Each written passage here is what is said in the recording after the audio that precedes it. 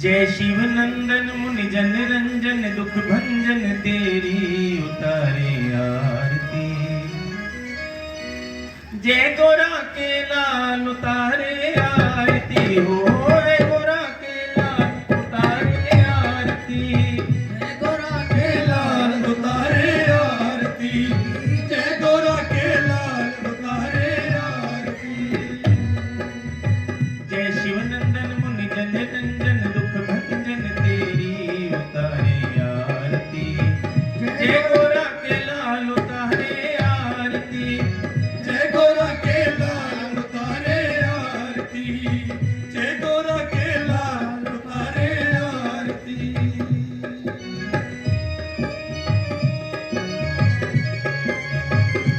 आँखों के बेड़े तारे हैं, जिसने तेरा नाम धियाया उसके काज सवारे हैं। उसके काज सवारे हैं, उसके काज सवारे हैं। सुना है तूने इस जग में लाखों के बेड़े तारे हैं, जिसने तेरा नाम धियाया उसके काज सवारे हैं। उसके काज सवारे हैं, उसके काज सवारे हैं। आज हमारी करो रखवारी त्रिपुरारी तेरी उतारे आरती। जय गोरा के लाल उतारे आरती हो, जय गोरा के लाल उतारे आरती। जय शिव नंदन मुनि जन रंजन दुख भंजन तेरी उतारे आरती। जय गोरा के लाल उतारे आरती हो, गोरा के लाल उतारे आरती, जय गोरा के लाल उतारे आरती। जय गोरा के लाल उतारे आरती। जय गोरा के लाल उतारे आरती। जिस प्रकार से सबसे पहले मां भगवती के इस 11वें विशाल जागरण में पंडित जी के द्वारा भी गणपति की आराधना की गई, हमने भी गणपति आराधना से जागरण का शुभारंभ किया। और गणपति जी की छोटी सी वंदना से एक बार उन्हें फिर तारारोपण दो बहनों के पवित्र गाथा के इतिहास को प्रारंभ करते हुए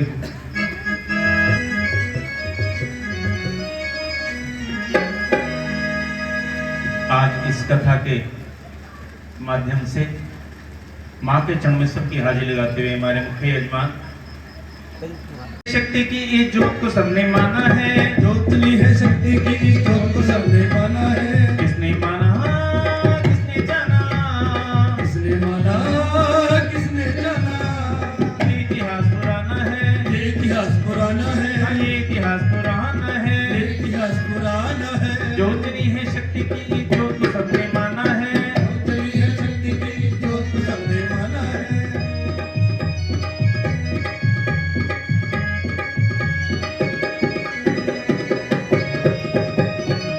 में ब्रह्मा विष्णु और शंकर जी ने जलाया, शंकर जी ने जलाया, शंकर जी ने जलाया। दुष्ट निशाचर मारने को मां दुर्गा रूप बनाया। दुर्गा रूप बनाया, दुर्गा रूप बनाया। पूजा था श्री रामचंद्र ने जब त्रेता युग आया। जब त्रेता युग आया, जब त्रेता युग आया। जब त्रेता युग आया, ज्योतली है शक्ति की इस जोत को सबने माना है। ज्योतली है शक्ति की, इस ज्योत को सबने माना है। किसने माना किसने जाना, किसने माना किसने जाना। ये इतिहास पुराना है, ये इतिहास पुराना है, ये इतिहास पुराना है। ये इतिहास पुराना है। ज्योतली है शक्ति की इस जोत को सबने माना है। ज्योतली है शक्ति की, इस ज्योत को सबने माना है। नाथ के झुंड ने मैया था तुझको आजमाया। था तुझको अजमाया, था तुझको अजमाया। निशाचर मारने को माँ दुर्गा रूप बनाया, दुर्गा रूप बनाया, दुर्गा रूप बनाया। अन्नपूर्णा भई तब ज्वाला चमत्कार दिखलाया, चमत्कार दिखलाया, चमत्कार दिखलाया। आगे आगे मैया चलती पीछे भैरव बाला, आगे आगे मैया चलती पीछे भैरव बाबा। सब में मैया आप बसी हो गुफा में डेरा डाला, सब में मैया आप बसी हो गुफा में डेरा डाला, गुफा में डेरा डाला। जो जली है शक्ति की जोत तो सबने माना है, जो जली है शक्ति की जोत को सबने माना है। किसने माना किसने जाना, किसने माना किसने जाना। ये इतिहास पुराना है, ये इतिहास पुराना है, ये इतिहास पुराना है। ये इतिहास पुराना है। जो जली है शक्ति की जोत तो सबने माना है, जो जली है शक्ति की जोत को सबने माना है। जोत को सबने माना है। आइए अखंड ज्योत का इतिहास किस किसने माना किसने जाना, ये इतिहास आज का नहीं बल्कि युगों युगों पुराना है। सतयुग में ब्रह्मा विष्णु और शंकर जी ने जलाया, दुष्ट निशाचर मारने को मां दुर्गा रूप बनाया। और जब कलयुग आया तो ऐसा इतिहासकारों ने लिख दिया कि सबसे पहले गुरु गोरखनाथ ने मां को आजमाया कि अगर तू मां है, अन्नपूर्णा मां है, तो मेरे 20,000 शिष्यों को एक ही समय के अंदर मनचाहा भोजन प्राप्त होना चाहिए। मां ने सभी की इच्छाएं पूर्ण की, लेकिन एक भैरव गोरखनाथ का शिष्य इतने आवेश में आ गया, इतने आवेग में आ गया, इतने अहंकार में आ गया कि तांत्रिक क्रियाओं के लिए जो भोजन होता है उसका मन में भाव कर लिया। मां ने कहा यह वैष्णव का दरबार है, यहां केवल वैष्णव का भोजन ही मिल सकता है। लेकिन मां के पीछे लग गया तो मां अंतर ध्यान हो गई, अपने सिद्धियों से मां का पीछा करता रहा। मां गर्भजून में प्रवेश कर गई, फिर भी पीछा ना छोड़ा तो और ऊपर गुफा में गई। जब देखा कि भैरव पीछे पड़ गया है तो मां ने अपने त्रिशूल से मां का ऐसा क्रोधित भाव उत्पन्न हुआ कि भैरव का शीश धड़ से अलग कर दिया। लेकिन क्योंकि सिद्ध पुरुष था, अनेक सिद्धियों का ज्ञाता था, इसलिए तुरंत ज्ञान हुआ। शीश उतरते ही मां से क्षमा मांगी। कटा हुआ शीश मां से बार बार क्षमा प्रार्थना कर रहा है। मां कह रही है कि मैं प्रसन्न हूं, तुम्हारी क्षमा याचना को स्वीकार करती हूं। कहो तो भैरव तुम्हारा शीश दोबारा से फिर मिला देती हूं, जीवन दान दे देती हूं। नहीं मां, ऐसा सौभाग्य कहां प्राप्त होगा, मृत्यु तो अवश्य आएगी, लेकिन आपके हाथों संभवतः दोबारा ऐसा नहीं हो पाएगा। इसलिए मैं तो बस इतना चाहता हूं कि आप मेरी भूल को क्षमा कर दें। मां ने कहा भैरव मैं तुझसे प्रसन्न हूं, जहां मैं वरदान देती हूं कि जहां पर तेरा शीश गिरा है वहां पर तेरे मंदिर का निर्माण होगा। और भक्त जब मेरे दर्शनों को आएंगे, मैं यहाँ वैष्णो देवी में पिंडी रूप में मां लक्ष्मी, मां सरस्वती, मां वैष्णो के रूप में विराजमान रहूंगी, महाकाली के रूप में। भक्त मेरे दर्शनों के उपरांत तुम्हारे दर्शन करेंगे, तभी उनकी यात्रा सफल मानी जाएगी। अब हम जब भी वैष्णो देवी जाते हैं तो मां के दिए वरदान के अनुसार मां के दर्शनों के उपरांत भैरव के दर्शन करते हैं, वापस लौटते हैं। आइए, इस ज्योति का उद्गम संसार का प्रारंभ है और ज्योति का लोप होने ही संसार का समापन है। लेकिन आइए, जब तक ज्योत जल रही है तब तक सारी शक्ति सारे संसार में विराजमान है और शक्ति स्वरूप में हम मां की पूजा सबसे अधिक करते हैं, इसलिए माता के जागरण सबसे अधिक होते हैं। और भक्त माता के चरणों में सबसे अधिक वरदान प्राप्त करते हैं। आइए प्रथमे उपमे माता रूप नारायण, द्वितीय कुल संसार, तृतीय देवी देवता, चौथे चारों वेद, पंचमी पंजरे पांडव, छठवें छतर नारायण, सतवें सत्य स्तादा, आठवें अष्टभुजी देव, नौवें नौ नवरात्रे, 10वें 10 गुरु अवतार, 11वें 11 रुद्रियां, 12वें 12 मास, 13वें 13 रतन, 14वें 14 भवन, 15वें 15 तिथियां, 16वें 16 कला संपूर्ण। आइए माँ की अखंड ज्योत से 16 कलाओं का उद्गम हुआ और आज तक 16 कला संपूर्ण केवल मात्र भगवान कृष्ण का अवतार हुआ द्वापर में। फिर कलाएं घटती चली गई और आज कलयुग में हमारे चारों युगों में प्रताप रखने वाले सबसे अधिक मां के आगवान संकट मोचन हनुमान जी महाराज को हम याद करते हैं। सालासर के हनुमान और भगवान कृष्ण से वरदान प्राप्त, जिनके नाम से आज जिनको पूजा जाता है, जो सुंदर दरबार हमारे सम्मुख लगा है, जिन्हें भक्त बड़े प्यार से कहते हैं हारे के सहारे, खाटू के नरेश, बाबा श्याम के नाम से जिन्हें प्रसिद्धि मिली है, भगवान कृष्ण के वरदान स्वरूप, जिन्होंने शीश के दान को देकर भगवान कृष्ण को प्रसन्न किया, उनका आशीर्वाद प्राप्त किया। आइए कलयुग में धरती लोक में, पृथ्वी लोक में, मृत्यु लोक में हम नारियल की भेंट चढ़ाने की ओर चलते हैं। सबसे पहला जागरण राजा मान ने अपने यहां भक्तों को आमंत्रित करके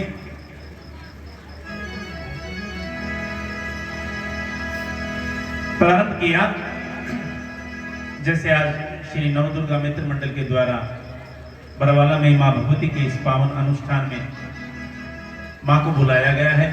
दूर दूर से भजन गायकों को बुलाकर सबका ध्यान मां भगवती के चरणों में समर्पित कराने के लिए दिन रात एक करके ये सभी हमारे जितने भी सदस्य हैं श्री नवदुर्गा मित्र मंडल के, अनुरोध करूंगा कि इधर उधर चले गए होंगे क्योंकि सारी रात्रि से कैसी सौगात दे दी,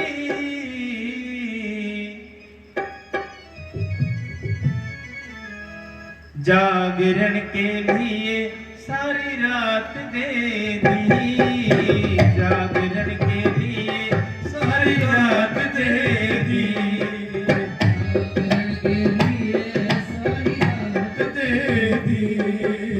जागरण के लिए सारी रात दे दी, जागरण मैया का कर लो, जागरण मैया का कर लो, जागरण मैया का कर लो, जागरण का। मेरी मैया ने कैसी सौगात दे दी, मेरी मैया ने कैसी सौगात दे दी, जागरण के लिए सारी रात दे दी, जागरण के लिए सारी रात दे दी। मां का सिंहासन डोल गया और मां ने अपने शेर को थपकी लगा दी।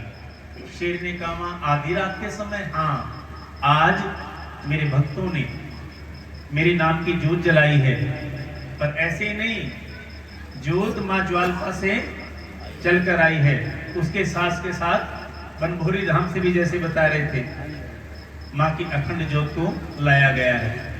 तो आइए एक बार सभी जगह लग रहे, जयकारा मां ज्वाला जी दा, जयकारा मां बनभोरी वाली जी दा, सच्चे दरबार की जय। तो आइए उनकी जोत का गुणगान करना तो बहुत जरूरी है।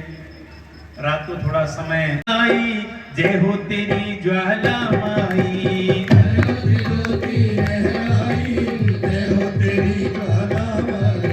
सारे बोलो बोलो, मां जोता वाली, मां हाड़ा वाली, मां टुकड़े हंदी, मां छोरियां भंदी, मां देवे दर्शन, मां जोड़े दर्पण, पर्वत ज्योति लहराई, जय हो तेरी ज्वाला माई,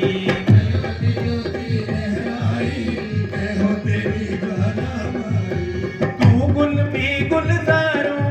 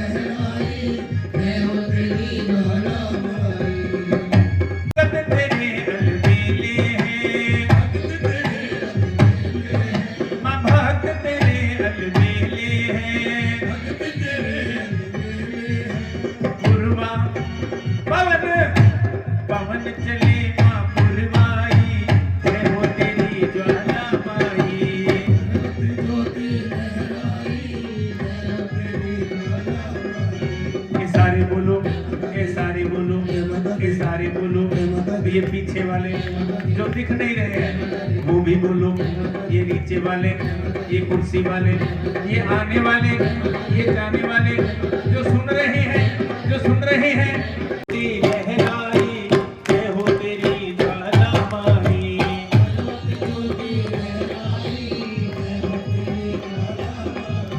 बोल सच्चे दरबार की, बोलो मां के प्यार की, बोलो सच्ची सरकार की, एक बार फिर से कह, बोल सच्चे दरबार की।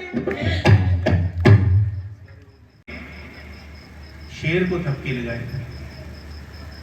शेर ने कहा, आज भक्तों ने मुझे याद किया है, आपको याद किया है। इतनी देर में ही हनुमान जी दौड़कर आ गए कि मां, आधी रात के समय। मां ने फिर वही उत्तर दिया कि आज भक्तों ने मेरे नाम की जूझ जलाई है। अब हनुमान जी ने कहा, एक बात बता दो मां, ये जितने भी संसारी हैं सभी मतलब के व्यापारी हैं।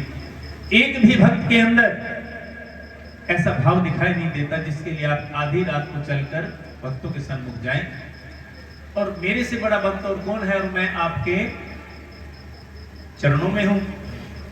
अपनी गुफा में विश्राम करो मां, आपके चरणों की धूलि को माथे पर रमाऊंगा, आपके चरणों के जल को चरणामृत बनाकर सेवन करूंगा, आपको मीठे मीठे भजन सुनाऊंगा, आपका चरण चापन करूंगा। इन भक्तों के पास क्या रखा है? मां ने कहा, हनुमान भक्त तुम हो, लेकिन आज मैंने संकल्प ले लिया है कि भक्तों के सन्मुख जाऊंगी तो मुझे तो जाना ही पड़ेगा, क्या मुझे भी साथ ले चलोगी?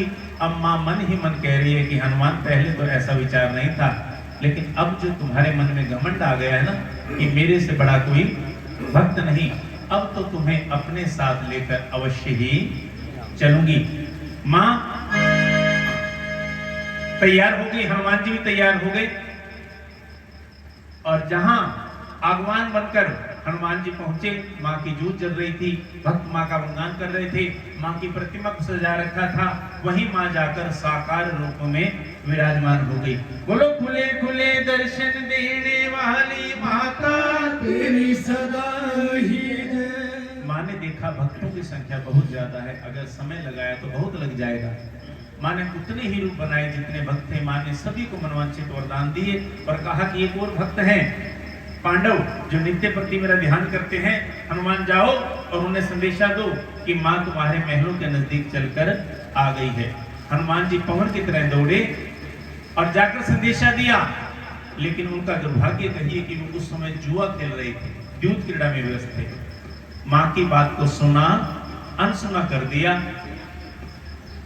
बड़ा क्रोध आया हनुमान जी को कि जिस मां का दर्शन पाने के लिए ऋषि मुनि भक्त जन्म जन्मांतर तक तप करते हैं, दर्शन नहीं हो पाते, लेकिन ये ऐसे भक्त हैं जो मां की बात को ढंग से नहीं सुन रहे हैं।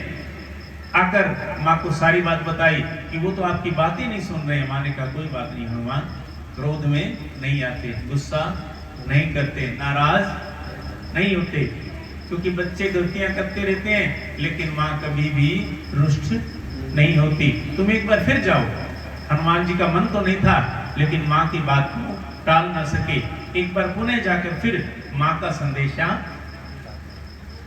पांडवों को दिया, लेकिन नतीजे में कोई फर्क नहीं आया। हाँ, हनुमान के नजरिए में फर्क आ गया। हनुमान ने कहा, मैं क्यों क्रोध कर रहा हूं, मैंने तो माता को पहले ही बता दिया था क्या कि मेरे से बड़ा कोई भक्त नहीं। वही बात तो है, ये कैसे भक्त है मां जिनके लिए चलकर आई है। अब क्रोधित होने की बजाय हनुमान खुश हो रहे हैं, बात में कोई फर्क नहीं पड़ा, बात तो वही की वही है, लेकिन हनुमान जी के सोचने में फर्क पड़ गया। कह दो जयकारा,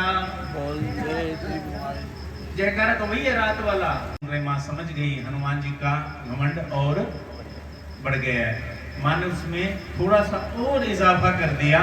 कैसे कि समय था पांडु, मैं स्वयं चलकर तुम्हारे पास आई थी, तुमने दर्शन नहीं किए, अब समय होगा तुम मुझे पुकारोगे, लेकिन फिर तुम्हें दर्शन नहीं होंगे। हनुमान बड़े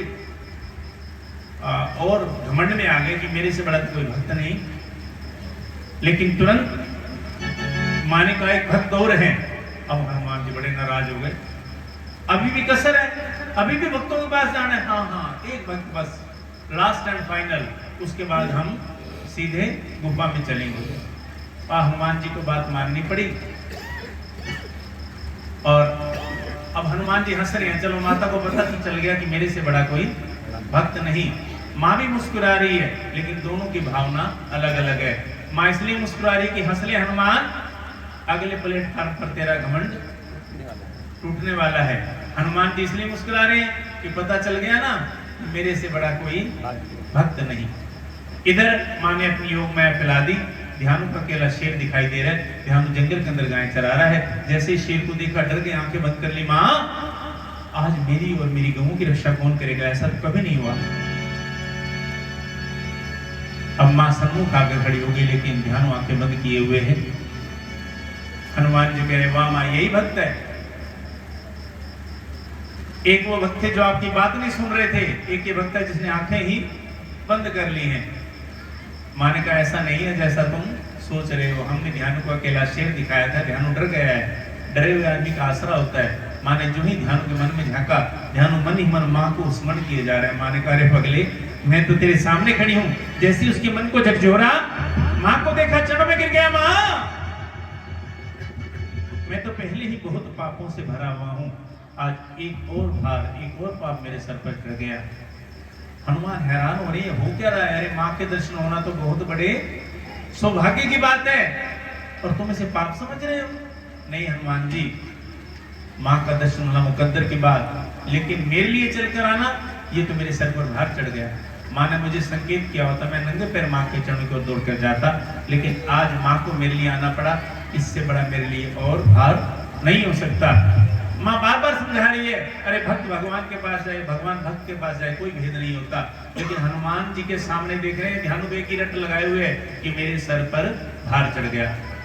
आप खड़े होकर वहां चले गए। बस मैं कहता हूँ चरणों में चढ़ाने के लिए फूल हाथ में ले लिए, और जैसे ही फूल लेकर, फूल दे दो इनके हाथ में। माता कुंज में पहुंचा, मन के अंदर चपेट लगे, रे पगली ये तू क्या कर रहा है? जो फूल लाया मैया सो फूल झूठा, जो फूल लाया मैया सो फूल झूठा, जो फूल लाया मैया सो फूल झूठा, जो फूल लाया मैया सो फूल झूठा। तेरे बेवारे जावा भवरे में आन झूठा, यो जय जय माँ। भवरे में आन झूठा, यो झूठा तो मैं मारी मारी जावा, मैं मारी मारी जावा। ये तो झूठा है, ऐसा विचार करके उन्हें वापस रख दिया। माँ ने तो स्वीकार कर लिया, फिर दौड़ा दौड़ा गया, धूप अगरबत्ती को अग्नि दी, और धूप को लेकर जैसे ही माता के चरण में भेंट के रूप में चढ़ाने के लिए पहुंचा, मन के अंदर फिर चपेट लगी, पगले ये तो क्या भेंट दे रहा है? धूप धूप धूप, जो धूप लाया मैया सो धूप झूठा, जो धूप लाया मैया सो धूप झूठा, जो धूप लाया मैया सो धूप झूठा, जो धूप लाया मैया सो धूप झूठा। हे तेरे बेवारे जावा अग्नि में आन झूठा, यो जय जय माँ। अग्नि में आन झूठा, यो झूठा तो मैं मारी मारी जावा, मैं मारी मारी जावा। इसे तो अग्नि ने झूठा कर दिया, वापस रख दिया। फिर दौड़ा दौड़ गया कि ऐसा क्या सामान हो सकता है, ऐसी कौन सी वस्तु हो सकता है जिसे माता के चरणों में भेंट के रूप में चढ़ाया जा सके। गौ माँ के पास गया कि माँ दूध दोहने का समय तो नहीं, लेकिन मेरी लाज रखना। घी दे देना, घी का चम्मच। गौ माँ ने उतना ही दूध दे दिया जितना समय पर दिया करती थी। गौ माँ के दूध को भेंट रूप में चढ़ाने के लिए जैसे ही जब पहुंचा, फिर मन के अंदर चपेट लगी, क्या? जो दूध लाया मैया सो दूध झूठा, जो दूध लाया मैया सो दूध झूठा, जो दूध लाया मैया सो दूध झूठा, जो दूध लाया मैया सो दूध झूठा। हे तेरे बेवारे जावा बछड़े में आन झूठा, यो जोता तो मैं वारे वारे जावा।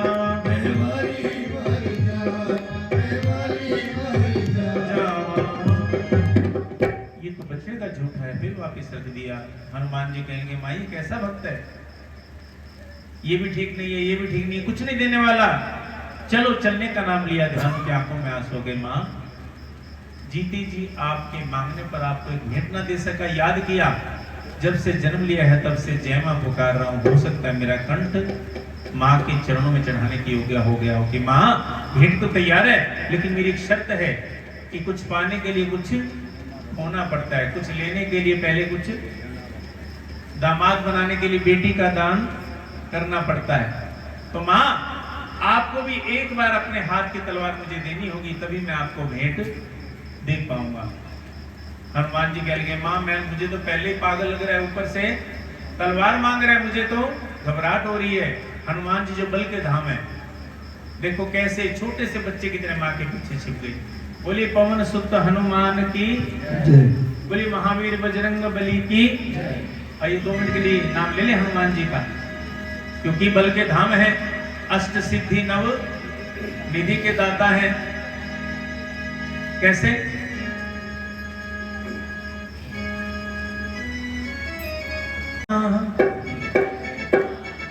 अति बलवाना वीर हनुमाना, अति बलवाना, अति बलवाना, अति बलवाना। श्री राम नाम रसियो रे, प्रभु के मन बसियो रे। राम रसियो रे, प्रभु के मन बसियो रे। तो मेरे पीछे छिप जा। हनुमान जी एक छोटे बच्चे की तरह माता के पीछे छिप गए। कैसा नजारा था, माँ ने अपने हाथों का फंडा ध्यान को दे दिया और इतनी देर लगाई जितनी सोचने भर में लगती है, अपना शीश उतारा और माँ के में समर्पित कर दिया। कैसे? और चढ़ावे देवा पान सुपहनिया, और सुखावे देवा पान सुपारिया। तेरे मेवारे जावा बछड़े के शीश चढ़ायो जोता, तो मेवारे वर जावा, मेवारे वर जा, मेवारे वर जावा। माने का स्वीकार है। हनुमान जी हैरान नहीं हो क्या रहा है, माँ आप वैष्णव हैं, आपने कैसे शीश की भेंट को स्वीकार कर लिया? क्या करती है हनुमान? ध्यान का भाव इतना प्रबल था, ना चाहते हुए भी मुझे वो भेंट स्वीकार करनी पड़ी। अच्छा ठीक है माँ, अगर आपने इसे स्वीकार कर लिया तो ये लो आपकी ध्वजा, आज से आपका रास्ता अलग और मेरा रास्ता अलग। अलग। हनुमान तुम तो ऐसा कह रहे थे कि मेरे से बड़ा कोई भक्त नहीं, अब तुम्हारा रास्ता ही अलग हो गया है। माँ अगर भक्तों का यही हाल होता है तो एक ना एक दिन नंबर मेरा भी जरूर आएगा और मैं ये भेंट नहीं दे पाऊंगा। अब माँ ने क्रोध में कहा अच्छा इतनी बड़ी बड़ी डींगे हाँक सकता है लेकिन भेंट नहीं दे सकता, कैसा भक्त है? नहीं माँ मैं कैसा भी भक्त नहीं, मैं तो भक्तों के चरणों की धूली के बराबर भी नहीं। नहीं हनुमान भक्त तुम भी हो। माँ ने देखा हनुमान का घमंड समाप्त हो गया, लेकिन घमंड में आ गए थे, मुझे उसे चूर चूर करना था। बताओ क्या चाहते हो? माँ आते हुए जैसे आपके भक्त को आपकी भक्ति में तवलीन लवलीन देखा था, जाते हुए वैसा ही नजारा देखना चाहता हूँ। बस माँ ने हवा के अंदर हाथ फैलाया, माँ के हाथ में सर रूपी नारियल, खून रूपी लाल गुलवान, मज्जा रूपी मोली अट्टा, 1 मिनट हाथ में रखो, हड्डियां रूपी 7 सुपारी भेंट बनकर तैयार हुई। तब से लेकर आज तक माँ ने कहा कि जो भी भक्त मुझे ये भेंट चढ़ाएगा मैं उसे उसका शीश समझकर स्वीकार करूंगी। आज भी भक्त ध्यानों के शीश के रूप में नारियल की भेंटा चढ़ाते हैं। अब माता के इतिहास का पहला चरण जिसके अंतर्गत माँ को नारियल की भेंटा चढ़ाई गई है संपूर्ण होता है। दूसरा चरण प्रारंभ करेंगे। बोलिए सच्चे हर श्वास में हो सुमिरन तेरा, यूं बीत जाए जीवन मेरा।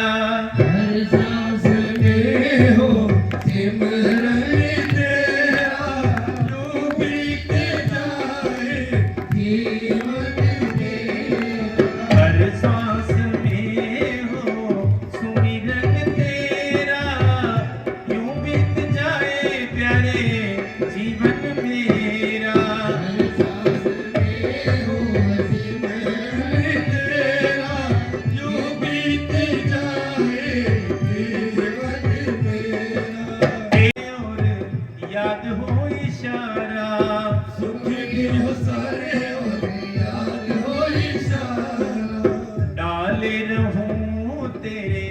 चरणों में तेरा यूं बीत जाए जीवन मेरा। सांस में हो सिमरन तेरा यूं बीत जाए जीवन मेरा। यूं बीत जाए जीवन मेरा। यूं बीत जाए जीवन मेरा।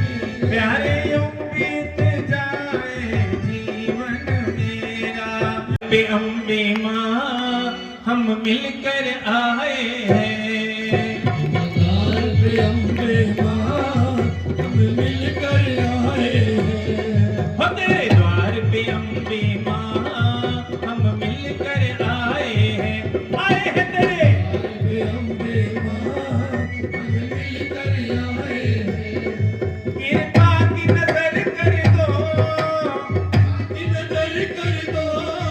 कृपा की नजर कर दो। कृपा की नजर कर दो। दामन फैलाए हैं। द्वार पे अम्बे माँ हम मिलकर आए हैं। तेरे द्वार पे अम्बे माँ हम मिलकर आए हैं। ये सारे बोलो, ये मिलके बोलो, जोत वाली पहाड़ वाली। द्वार पे अम्बे माँ हम मिलकर आए हैं।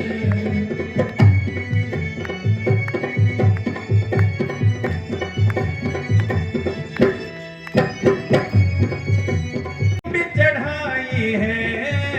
ऊंचे ऊंचे पर्वत ये लंबी चढ़ाई है। जो चढ़ गया श्रद्धा से तुमने आस बुझाई है। जो चढ़ गए श्रद्धा से उन्हें आस बुझाई है। सभी बोलेंगे, क्योंकि जब वैष्णो देवी जाते हैं ना, कौन सा चरण? दूसरा। बिल्कुल, देखिए ऐसी बात नहीं है। अगर ना सुनने वाले हैं तो सुनने वाले भी हैं, और ध्यान से सुनने वाले जो भाव से श्रद्धा से एक आसन में बैठ के सुनते हैं उन्हें कहते हैं श्रोता, और जो कमियां निकालते हैं उनको क्या कहते हैं? श्रोता। ये दरबार तो बड़ा सुंदर था, है ना? बजाने वाले भी बड़े अच्छे थे, लेकिन गाने वाले गाते कम थे, बातें ज्यादा करते थे, कमी निकाल दी। बोलिए सच्चे। मस्तक घुटने टेक तुमको हूँ प्रणाम मम शत शत कोटि अनेक। पाप हरण मंगल करण चरण शरण का ध्यान धार करूं प्रणाम में तुमको शक्ति महान। जय जय दुर्गे महारानी की। जय जय दुर्गे महारानी की। जय जय अम्बे महारानी की। जय जय अम्बे महारानी की। जय शक्ति याद भवानी की। जय शक्ति याद भवानी की। जय जय दुर्गे महारानी की। सब मिलकर कह दो जय दुर्गे महारानी की। जय दुर्गे महारानी की। जय दुर्गे महारानी की।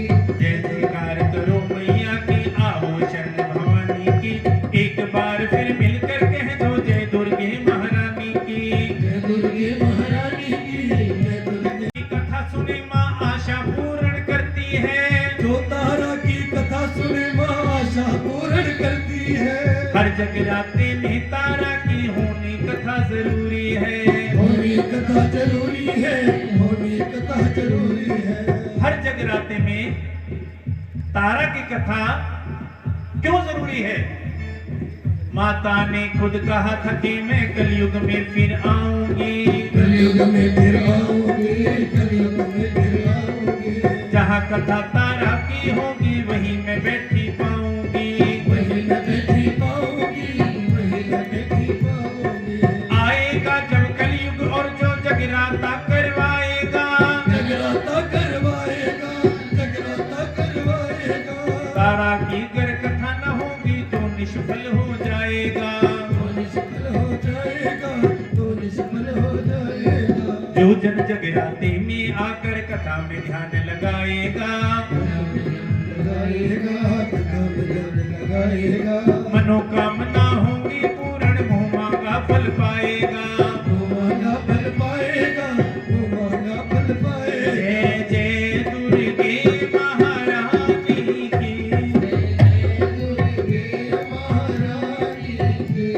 जय जय दुर्गे महारानी की, जय जय अम्बे महारानी की।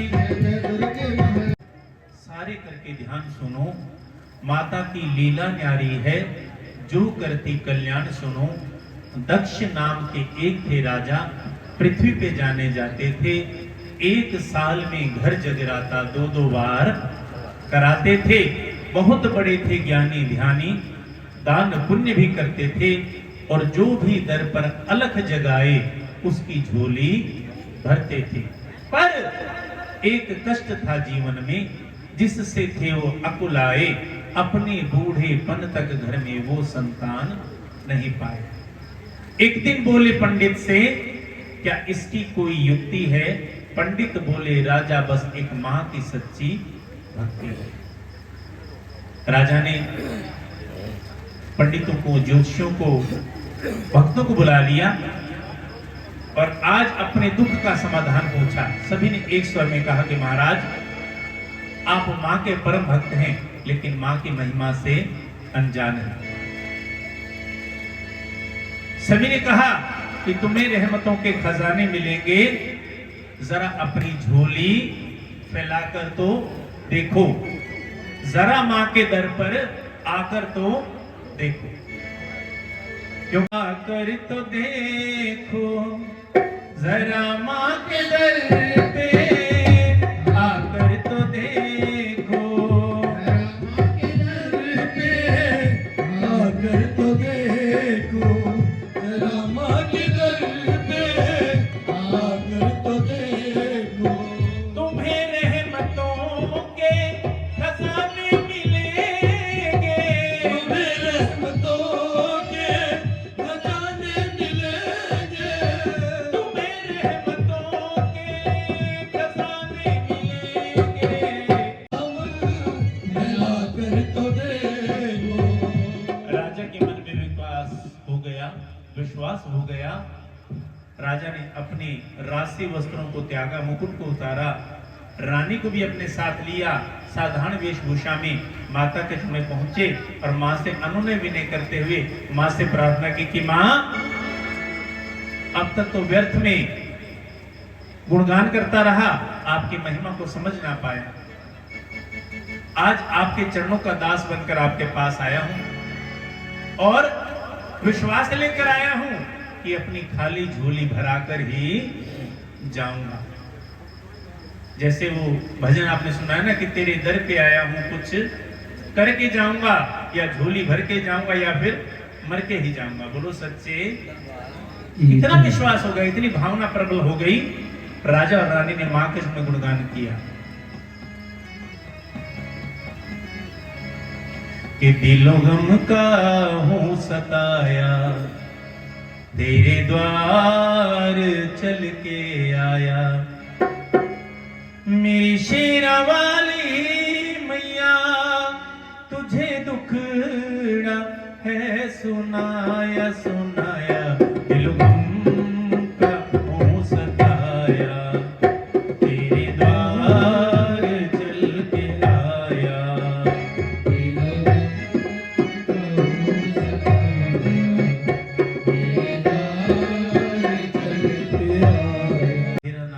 जगमगाया, मैं बनूं पिता किसी का, तकदीर को न पाया।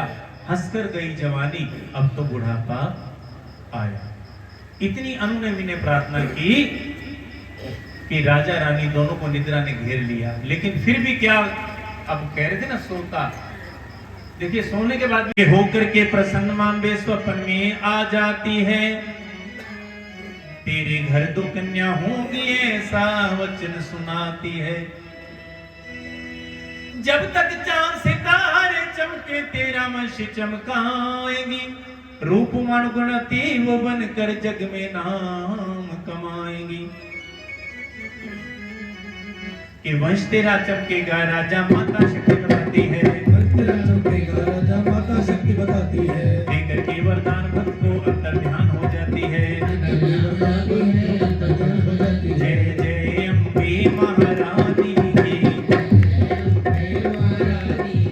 जय शक्ति याद भवानी की, जय शक्ति याद भवानी की, जय जय दुर्गे महारानी की, जय जय अम्बे महारानी की, जय जय अम्बे महारानी की। बोल सच्चे दरबार की।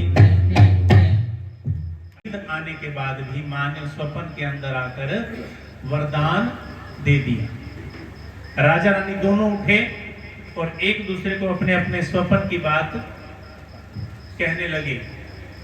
राजा कहे मुझे भी यही स्वप्न आया है, और रानी कहे मुझे भी यही स्वप्न आया है। राजा ने कहा ऐसा तो हो ही नहीं सकता कि दो व्यक्तियों को एक जैसा स्वप्न आ जाए। ये तो सचमुच मां का आशीर्वाद मिल गया है। फूले न समाये, खुशी खुशी महलों में वापस लौट आए। इंतजार करने लगे, वो घड़ियां समाप्त हुई और वो समय आ गया। कौन सा? कि कुछ दिन बीते, माता ने राजा पे ऐसा कर्म किया। आई घड़ी नसीबों की जब एक कन्या ने जन्म लिया। तारों की छाओं में जन्मी तारा जिसका नाम हुआ। घी के दीप जले नगरी में मगन हुआ हर प्राणी। एक बहुत सुंदर कन्या जिसका तेज आंखों से देखा नहीं जा सकता था। राजा के घर में, राजा के महलों में खुशियों की बौछार होने लगी, शहनाइयां बजने लगी।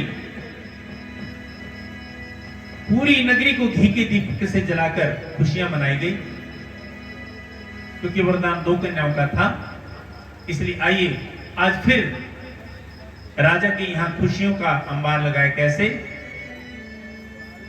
कुछ दिन बीते, माता ने राजा पे ऐसा कर्म किया कि दिया हुआ सपने का माता का पूरा वरदान हुआ। 2 वर्षों के बाद रानी को फिर से गर्भाधान हुआ। माता पिता की बनी लाडली रुक्मण जिसका नाम धरा। तारा रुक्मण 2 बहनों की हम गाएं अमर कहानी। आइए दोनों बहनों का राजा के महलों में आगमन हो चुका है।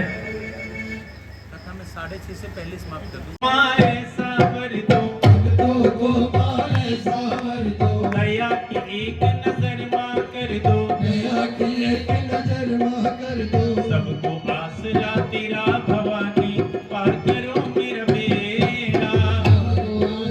तेरा भवानी, पार करो मेरा बेड़ा।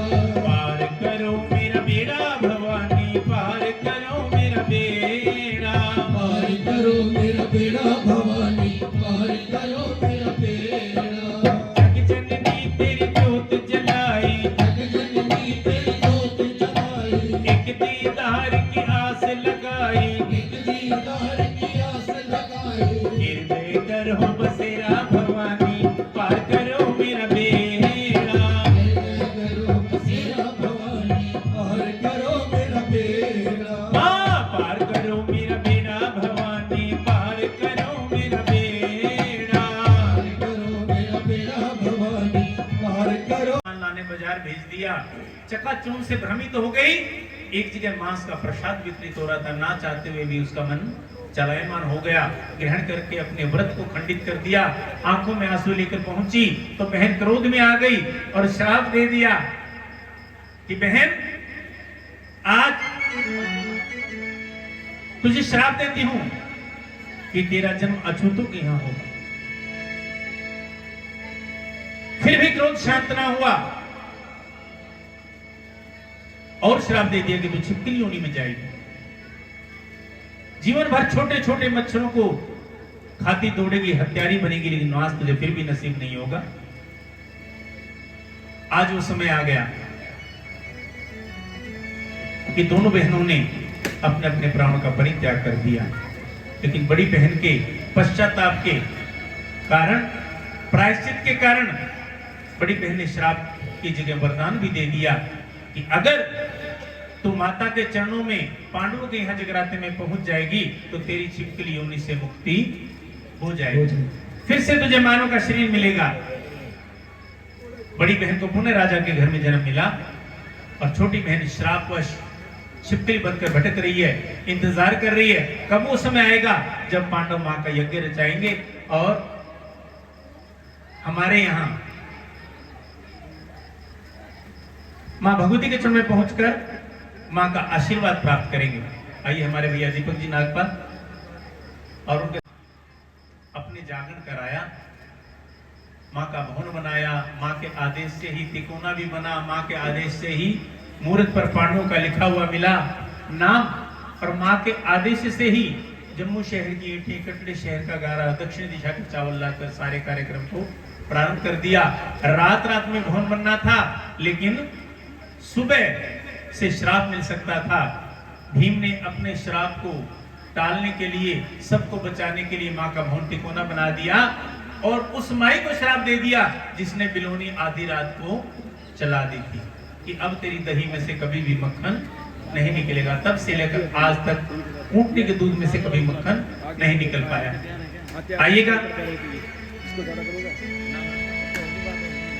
रहे हैं और छिपकली भटक रही है कि मेरी छिपकलियों से मुक्ति कैसे होगी, कैसे आज सेवा कमाऊंगी।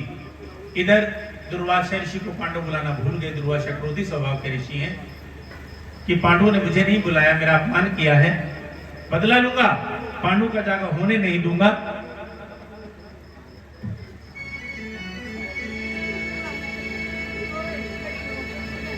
एक फनिहर सर्प का रूप धारण करके रास्ते में बैठ गया कि जो भी भक्त आएगा मारूंगा, डंक ना होगा, बांस ना बजेगी बांसुरी। लेकिन सबसे पहले भोले बाबा, भोले भंडारी, साथ में मां पार्वती आते हैं और दुर्वासा ऋषि की चाल को विफल कर देते हैं। एक भी भक्त को उस रास्ते से गुजरने नहीं देते। जगराता शुरू हो जाता है और क्रोध आ जाता है कि मेरा तो सारा किया धरा भी समाप्त हो गया। लेकिन कोई बात नहीं, अभी सारी रात बाकी है, ऐसी चाल चलूंगा कि अब कोई उसे विफल न कर पाएगा। क्या किया? एक सुंदर पक्षी का रूप बनाया। कैसा? चल आया अम्बे पंछी दा रूप बन आया, चल आया अम्बे पंछी दा रूप बन आया, सोने दी चिंजर माते चांदी दे खंबड़े, छण छण करदा आया, चल आया अम्बे पंछी दा रूप बन आया, पंछी दा रूप बन आया, सूखा पिंजरा चुक सरप दा, सूखा पिंजरा चुक सरप दा, तेरा पीपल दे उत्ते आया, चल आया अम्बे पंछी दा रूप बन आया, चल आया अम्बे पंछी दा रूप बन आया। सब भगतां दी नजर बचा के, सब भगतां दी नजर बचा के, चुप गढ़ाई विच पाया, चल आया अम्बे पंछी दा रूप बन आया, चल आया अम्बे पंछी दा रूप बन आया। बोल सच्चे दरबार की। एक मरे हुए जहरीले सर्प के पिंजर को अपने पंजों में दबा लिया और उस पीपल के पेड़ पर बैठ गया जिसके नीचे भक्त खीर का प्रसाद बना रहे थे। देखा भक्तों को मस्त तो झट दृष्टि को मोड़ लिया, किसी का ध्यान गया नहीं, सर्प प्रसाद में छोड़ दिया। बड़ा प्रसन्न है कि मैं जानता हूं भक्त सब कुछ छोड़ देंगे, लेकिन प्रसाद थोड़ी देर में देख लेना, क्योंकि भक्त प्रसाद के क्या, कोई जाने न जाने महामाया की माया, कोई जाने न जाने महामाया की माया, कोई जाने न जाने महामाया की माया, कोई जाने न जाने महामाया की माया। माता रानी फल देगी आज नहीं तो कल देगी, माता रानी फल देगी आज नहीं तो कल देगी। वो भगता माँ के दर पर आ, भगता माँ के दर पर आ, आकर माँ की जोत जला, आकर माँ की जोत जला, माँ खुशियों के फल देगी आज नहीं तो कल देगी, माँ खुशियों की फल देगी आज नहीं तो कल देगी।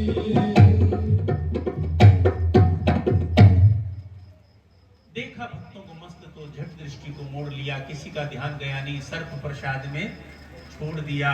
वो छिपकली ये सारा दृश्य देख रही थी। अभी भक्तों को बताऊंगी, सबके प्राण बचाऊंगी और आज इस जगराते में सेवा कमाऊंगी।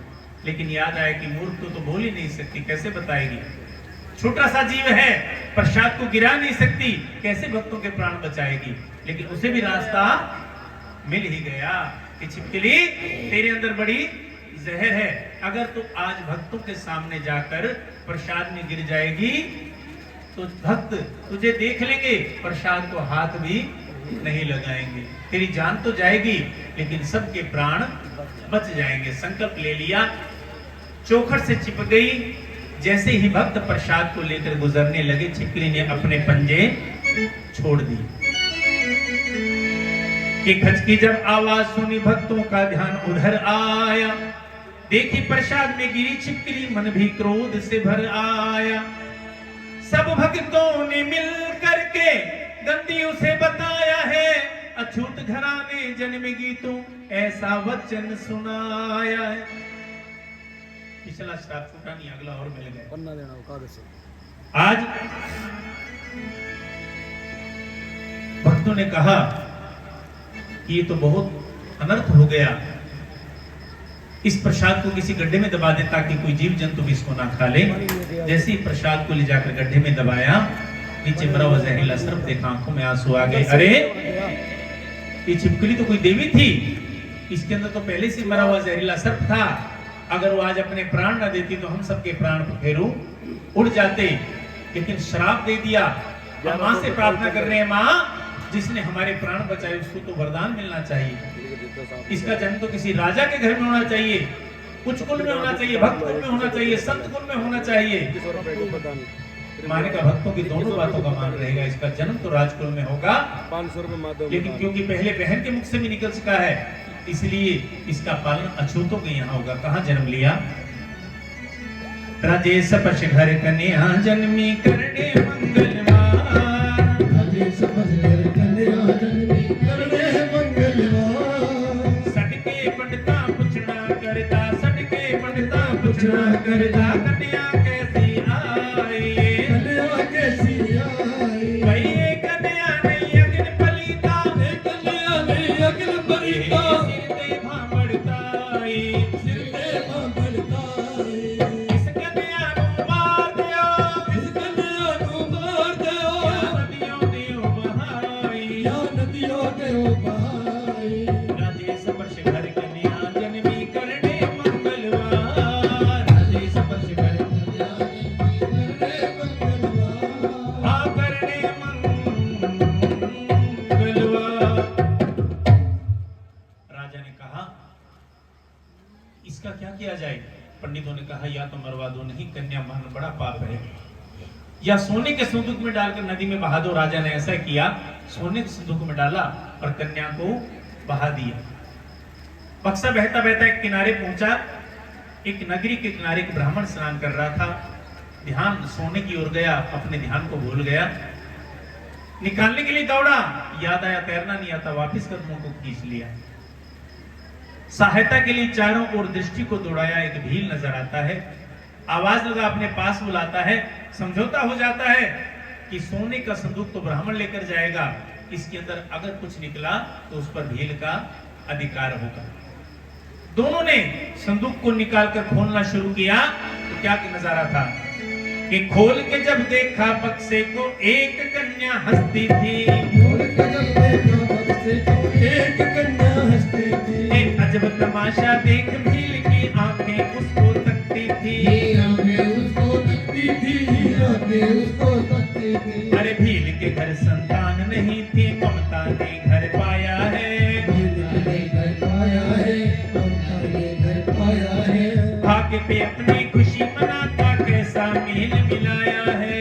कैसा मेल मिलाया है, कैसा मेल मिलाया है। भील की पत्नी कन्या को फूले नहीं समाई थी। फूले नहीं समाई थी, फूले नहीं समाई थी। आ तो गया बुढ़ापा लेकिन कोई संतान न पाई थी। कोई संतान न पाई थी, कोई संतान न पाई थी। अरे भील भील नी मंगल गाते चमके आज सितारे हैं। चमके आज सितारे हैं, चमके आज सितारे हैं। पल में क्या से क्या कर दे माँ इसके अजब नजारे हैं। इसके अजब नजारे हैं, इसके अजब नजारे हैं। पलने लगी है फिर वो कन्या, किस्मत लीला न्यारी है। किस्मत लीला न्यारी है, किस्मत लीला न्यारी है। माँ ने रुक्मण नाम रखा, लगती सबको प्यारी है। लगती सबको प्यारी है, लगती सबको प्यारी है। जय जय दुर्गे महारानी की, जय जय अम्बे महारानी की। महारानी की जय जय दुर्गे महारानी की। दिन दुगनी रात चौगुनी रुक्मण बड़ी हो आई है, और भील भीलनी को शादी की चिंता ने फिर आई है। झटपट लड़का देख भील ने शादी खूब रचाई है, अपनी बेटी को ब्याह कर डोली बीच बिठाई है। महारानी ने देखो कैसी कृपा की, कैसा चमत्कार हुआ कि जिस नगर में तारा ब्याही थी उसी नगर में रुक्मण भी ब्याही है। फर्क क्या है कि महलों में तो तारा रानी माँ की भेंटे गाती है और रुक्मण उसी महल के नीचे झाड़ू लगाने जाती है। उसकी निगाह अटारी पर पड़ जाती है, अरे ये तो मेरी सगी बहन तारा है जो चौथी मंजिल पर अपने बाल सुखाती है। बहन तारा आवाज लगाती है, लेकिन एक सफाई करने वाले के मुख से बहन का संबोधन सुनकर तारा आग बबूला हो जाती है। अरे तुझे जरा लाज नहीं आती है? तू एक सफाई करने वाली, मैं महलों की पटरानी, मुझे बहन कह के बुलाती है। देखिए मनुष्य का घमंड कितना बन जाता है। घमंड में आ गई, अब सब याद दिलाया, आई और आकर बहन को गले से लगा लिया। लेकिन प्यार का कुमार 2 मिनट में उतर गया। लोग क्या कहेंगे? बहन को जुदा कर दिया। बहन और बहन ने कहा कि अब तो सच्चे मंदिर में जाऊंगी जहां कोई भेदभाव नहीं होता, जहां कोई देर नहीं होती। आप अपने सर पे कपड़ा ले रखे, अपनी अरदास ले लें जो आपका।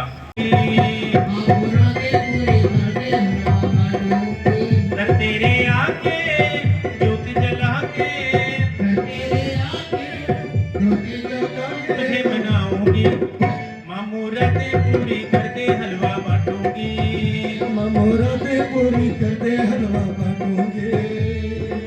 विनती सुनो शेरा वाली माँ, घड़ी में बन के सवाली, घड़ी में बन के सवाली, घड़ी में बन के सवाली। झोली भरो वरदानी माँ, गोद है लाल से खाली, गोद है लाल से खाली, गोद है लाल से खाली।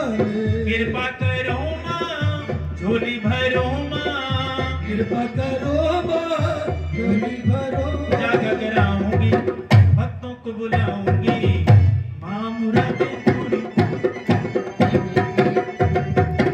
ऐसे उसकी गोद के अंदर बच्चा आ गया, झूमती नाचती गाती जा रही है। सासू ने देखा कि हो क्या गया है।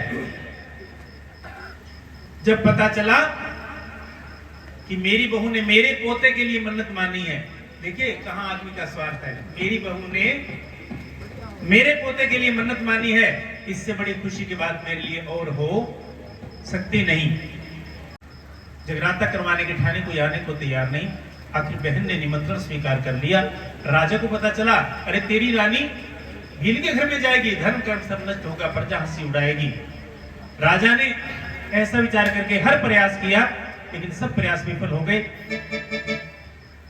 तारा राजा को सुलाकर मां के चरणों में पहुंच गई और वहां जाकर अपना मस्तक झुका दिया। केवल मस्तक ही नहीं झुकाया, बल्कि वहां का प्रसाद भी सबसे पहले ले लिया।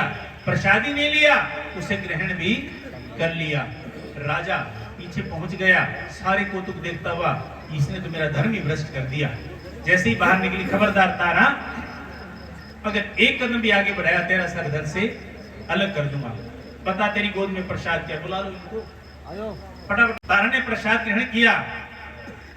राजा ने चोटी पकड़ ली कि दिखा तेरी गोद में प्रसाद क्या है। प्रसाद अदल बदल हो गया, ये तो कोई जादू करनी है, लेकिन अब तेरा जादू नहीं चलने दूंगा।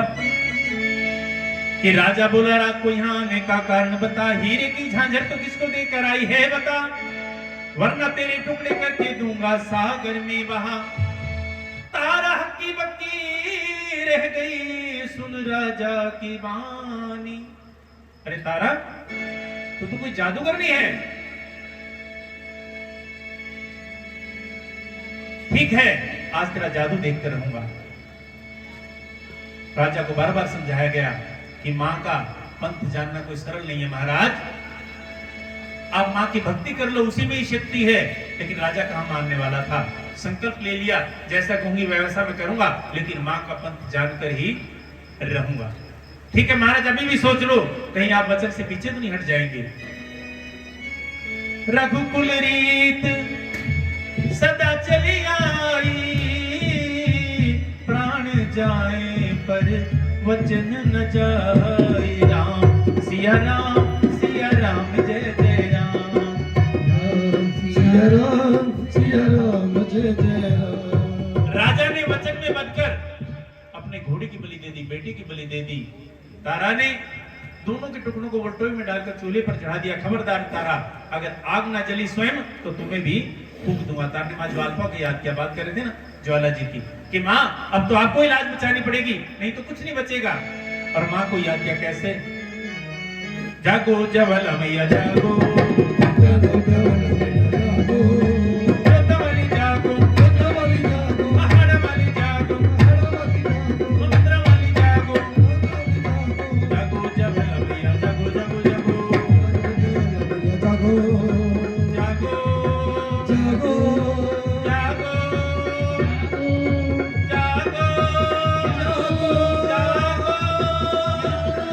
जागो जागो आंखों के देखते देखते ज्वाला से एक ज्योति की चमत्कार हुआ और जो चूल्हे के अंदर समा गई। बोलो जगदिया ज्योत वाली तेरी सदा ही जय। प्रसाद बनकर तैयार हो गया। तारा की आज्ञा से 5 थालों में डालकर 5 छानों से ढक दिया गया।